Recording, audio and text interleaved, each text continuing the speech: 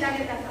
उसके बाद 62, 65 और 71 के युद्धों में अपना सुहाग गवा देने वाली औरत कि जब घर के हालात बिगड़ने लगे, प्यार भी भरपूर गया, मांग का सिंदूर गया, नन्हे नैनीहालों की लंगोटियां चली गई, छोटी छोटी बेटियों की चोटियां चली गई, बाप की कमाई गई, भाई की पढ़ाई गई, एक ऐसा विस्फोट हुआ पता ही चला नहीं, पूरे जिस्म की कई बोटियां चली गई, पूरे जिस्म की कई बोटियां चली गई।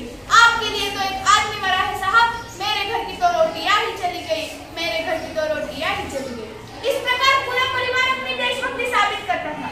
तब देश बलिदान मांगता था, तब देश लड़ जाने को कहता था, तब देश मर जाने को, मिट जाने को, फांसी तक जाने को कहता था। किंतु आज देश लड़ जाने को नहीं कहता, आज देश मर जाने को, मिट जाने को, फांसी तक जाने को नहीं कहता, बल्कि मेरे विचारों से आज कोई व्यक्ति अपना काम पूरी मेहनत, लगन और ईमानदारी से करे तो वही सबसे बड़ा देशभक्त है।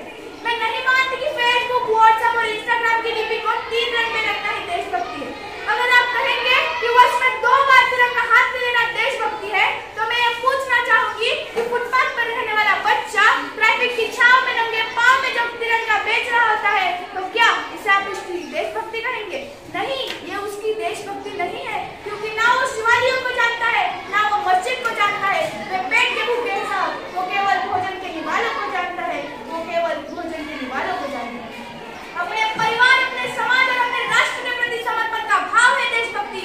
हर देशद्रोही की जिंदगी में आने वाला तूफान है देशभक्ति, ताकि हर देशद्रोही ये समझ सके कि अगर तू परिंदा है तो ये आसमान तेरा है, अगर तू दरिंदा है तो ये शमशान तेरा है।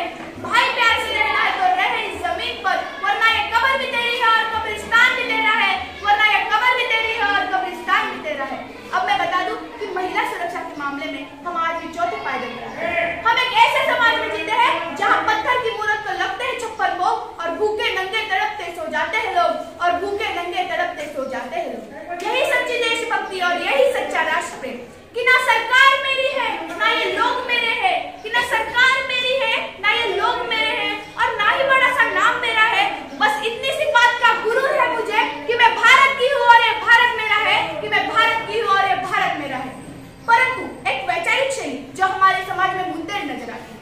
कहा जाता है कि हम दुनिया के सबसे बड़े लोकतंत्र हैं, जहाँ हिंदू पैदा होता है, मुसलमान पैदा होता है, सिख और ईसाई भी पैदा होता है, परंतु बदकिस्मती से आज इंसान पैदा नहीं होता।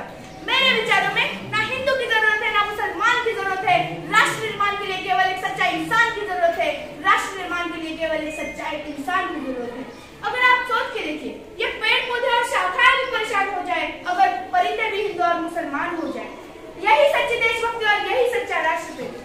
और अब मैं सैल्यूट करना चाहूंगी इस अरबपति जहां पे खड़े हर एक जवान, पुलिस प्रशासन और किसान को, और हर उस एक व्यक्ति को जो अपना काम पूरी मेहनत, लगन और ईमानदारी से करता है, जिनके बिना राष्ट्र निर्माण की कल्पना करना भी असंभव सा लगता है।